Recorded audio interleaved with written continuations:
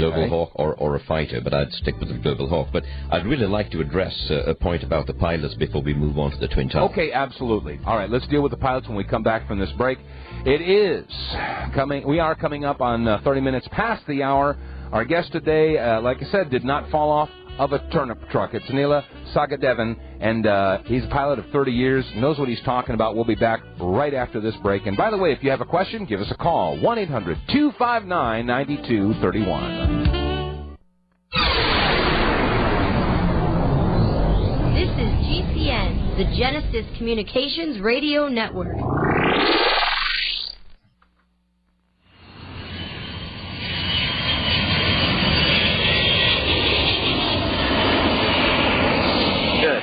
This is your captain speaking with just a little flight information. We're flying at an altitude of 37,000 feet, and our airspeed is 400 miles an hour. Couple little facts here. I'm packing a Colt King Cobra. That's a .357 caliber firearm with a black rubber grip and a 6-inch barrel. Also, the co-pilot is carrying a Kimber Custom Defense pistol with all the bells and whistles you'd expect from a custom gun of that kind, with an alloy frame and bevel treatment on the entire gun. And our chief flight attendant, Roger, has a Ruger Bearcat 22 with a hand-fluted cylinder. All three are capable of piercing body armor at a distance of up to 27 feet. And can put a hole in human bone and flesh the size of the Grand Canyon, which, by the way, is coming up on the left-hand side of the plane. So just sit back and relax and enjoy the rest of the flight. I couldn't resist. I had to play that. Welcome back, ladies and gentlemen. Welcome back to the Monday morning edition of the Power Hour. And we're talking today all about September 11th again. And there are so many people now that are coming out of the woodwork. I mean, we've talked to Colonel George Green, who was 30 years, in the military, in the Air Force, and his job was to inspect crash sites.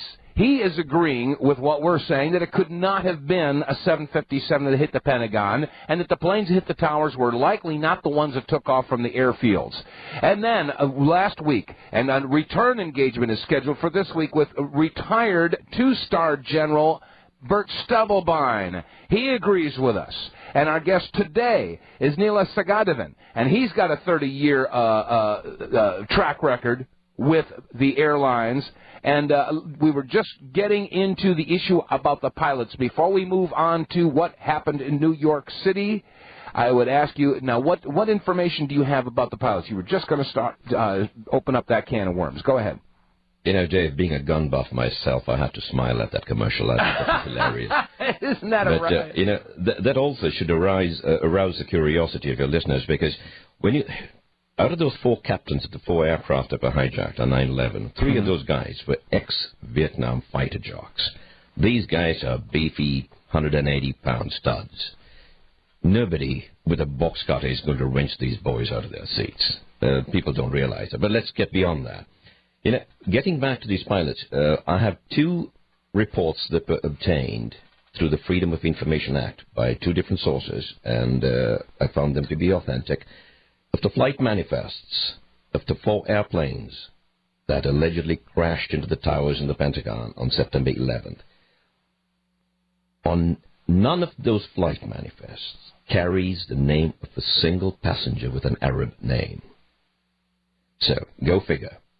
If there were Arabs on board, I don't know how they got on, because the name on the passenger's ID must match the name on the ticket, the photo on his ID must match the person presenting his ID card, and the name on the ID must match that on the passenger manifest held by the airline ground staff. If that doesn't happen, the plane does not take off. I'd love for the FBI or someone to tell me how they got 19 Arabs on board these planes when the aircraft, when the 4 manifests show 0. Well, not only that, but it was only a couple of months ago, as I recall, that they released a video that allegedly shows the terrorist hijackers going through the security gates at the airport. Now, why, pray tell, would they take 3 years or more than 3 years to find this videotape and then put it on there for public consumption? This is consistent with the simple fact that it took them 6 months to find 5 fuzzy frames supposedly taken from a security camera at the Pentagon. Why would it take so long to find this information? They have access to these security films right away, don't they?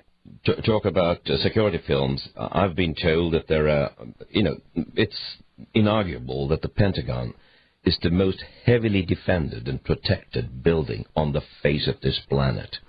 On every one of the faces, on each of the 5 wings, there are 8 surveillance cameras, video surveillance cameras. Mm-hmm. On that one day, inexplicably, all 40 of these cameras failed.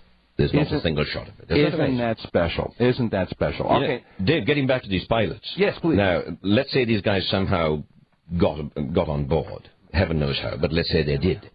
Now, not one of these guys could solo a little Cessna 150. Now, I don't know whether you're aware of how simple this practice is for a pilot. I mean, that's the first thing you do. You don't start truly flying until you've soloed an airplane. Mm-hmm. All it takes, hit the power, you take off. There are only 2 instruments to watch, your altimeter and your airspeed indicator. You make 4 left turns, you come back and gently set it down to the ground. Mm-hmm. Not one of these pilots could solo a Cessna. Now, here we have, these guys walk into these cockpits at 35,000 feet, somehow overpower these captains, get them out with their box cutters, climb into their seats, and they're looking at a cockpit that is extremely complex. Mm-hmm. They wouldn't have been able to figure out one end of it from another. They wouldn't have been able to disengage an autopilot. I mean, they would have had to go through... Don't forget, they're also doing 500-plus miles per hour. They're doing about 750 feet per second over the ground. Now, these guys are supposed to have gone in there, punched in the coordinates into an FMC, which is a flight management computer, and then they engage what's called an LNAV. It's a lateral navigation. It's an automatic mode. They got to go through certain procedures before... These guys don't even have a clue where they are. Mm-hmm. Flight 77, for instance, went off the radar screen over the Ohio-Kentucky border. There is no radar track of that airplane ever coming back to Washington, D.C. I challenge anyone to come up. That's the reason in any graphic you see of the flight path of Flight 77, the return leg is always represented by a dotted line, because that's right. It's purely conjecture. Now, these guys head all the way back to Washington, D.C., these jokers who couldn't fly a Cessna. People also don't realize that it's not hitting the target that's the question. It's finding the target. Mm-hmm. Air navigation is the toughest part of our flying. It is not so much as flying the airplane. People think it's like walking into an amusement arcade and playing with one of these simulator games, or playing with Microsoft Flight Simulator. It's not the same thing, because there you have visual reference clues. If you're taking off, you can see runway lights and buildings going by you. If you're in an arcade, you can see buildings in front of you. You can at least say these guys somehow work their controls and aim the planes at the buildings. This is not like that. They're at 35,000 feet. They can't see anything. They could be over Moscow or Tokyo or Buenos Aires. Right. They wouldn't have had a clue. And they mysteriously and magically navigate all the way back to Washington, D.C., and then go through this incredible maneuver. They make a rate they descend at about 360 degrees a minute at a rate of 3,500 feet per minute. There's one air traffic controller, a lady, who said there's no doubt in her mind. Her first impression was this was a fighter. This was a fighter being commanded by a highly proficient pilot. And then in the middle of this incredibly difficult maneuver, what does this guy who can't fly a Cessna do? He also very quietly and confidently turns off the transponder. I mean, this is absurd. Well, it is, and what happened here with not just one plane, but all 4 planes reportedly, Flight 11, Flight 175, Flight 93, and Flight 77, all of these planes, as you pointed out, they disappeared. And from that point on, they're represented by a dotted line. This is the alleged return path that these flights took before they hit their targets. And that's plenty of time for a plane to be, shall we say, disposed of or landed or downloaded, and another plane, or in the case that you're referring to, a Global Hawk, could be substituted in its place, don't you think? Absolutely. No doubt about it. And look at these pilots' resumes. I mean, we've spoken with all of their instructors. Mm-hmm. I don't mean to be disparaging about their nationalities, but these guys said they didn't even know how an automobile engine worked. These are very simple-minded lads. Mm-hmm. They didn't have a clue about mechanical contrivances. And we're expected to believe that they climb into a cockpit of a modern jet airliner, a 100-ton airliner, and navigate the thing into buildings. It's absurd. But you asked me that question earlier, Bill, why don't people see this? Because they don't look at it the way they ought to. Mm-hmm.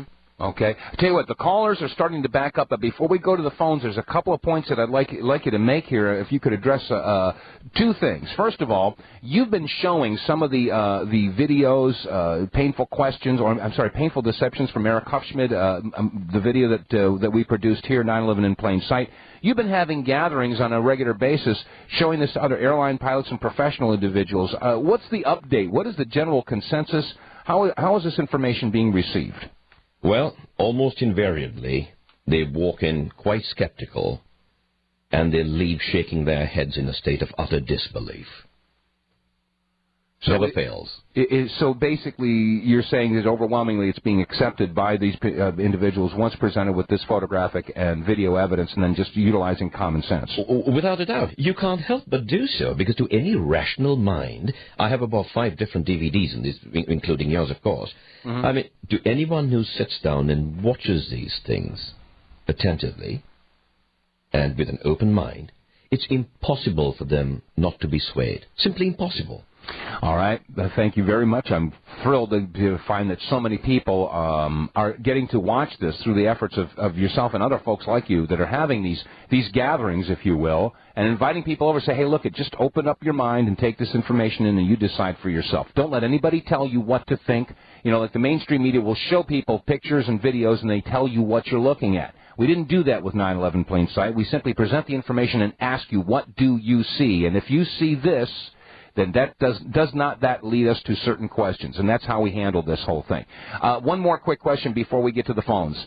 Now, I want to quickly move to New York City. The huge controversy that has been percolating and has divided so many people in the 9/11 Truth movement is the issue of the pod and the issue of the flash in regard to the strike of Flight 175 or the alleged Flight 175 in the South Tower. Would you please give us your honest assessment? Is there a pod? And the flash obviously is irrefutable. The flash did occur. What is your assessment of what that flash was? So first of all, what was the pod? Did it exist? From the photographic evidence that I have personally seen that has been digitized, it seems clear to me that there are pods attached to the fuselage of these craft. Okay, you're saying pods, plural. Okay. Well, meaning 2 aircraft, 2 pods. Oh, okay, I can see at least one on each of them. Okay, so you're talking about the 2 planes that hit the towers in New York, Flight 11 and Flight 175. That's correct. Okay, so it's your assessment that there is indeed something attached to the belly of that plane. There appears to be, because I know these photographs have not been manipulated. They are digitized versions of shots taken directly off of video footage, taken by the news. Right. And for several months there, we ran out of the videos, but for several months we were giving away a free DVD that was produced by CNN entitled America Remembers, which is where the clip came from. So for those that wanted to say we had manipulated the footage, sorry, didn't happen, and that's why we gave away, I guess, about 2,500 copies of those. But okay, now we come to the flash. What was the flash? What do you think it is? There is a flash, but it'll be purely speculative of me to proceed along that line, Dave, because I believe it's some sort of a trigger device, but it'll be purely speculative of me to proceed along that line, Dave, because I believe it's some sort of a trigger device, but I am not authoritative enough to speak to it, so okay. I would rather not. But when there's so much, we don't even need to get into pods and flashes, because, first of all, people got to understand that it was impossible for these buildings to have been brought down by the impact of 2 airliners. People don't realize that these buildings, they were designed to absorb the full frontal impact at any point along its entire elevation of a fully loaded Boeing 707 laden with 23,000 gallons of fuel and flying at 600 miles per hour. You know, the kinetic energy transfer of a 707 is about 10% greater than that of a 767 because it's flying about 100 miles per hour faster. That's about 4.1 billion foot-pounds of kinetic energy. These buildings were designed to take this at any point along its elevation. That's number one. Number two, people simply choose to ignore that fact. Then they also choose to ignore the fact that aviation fuel, the stuff, jet fuel, is refined kerosene. That's all it is. Refined the maximum thermodynamic potential of kerosene is 1,000 degrees centigrade. That's 1,800 degrees Fahrenheit. When it is mixed in perfect proportions with air, the right ratios, which of course it couldn't have happened coincidentally. There's no hydrocarbon on Earth that can melt steel. It's impossible. Charcoal produces a higher temperature than hydrocarbons. And charcoal, as you know, can only be used in a blast furnace where you're blasting large volumes of air over it to supply oxygen. But the fire could not have melted the steel. It's got to get through people's heads sooner or later, but they don't want to hear it.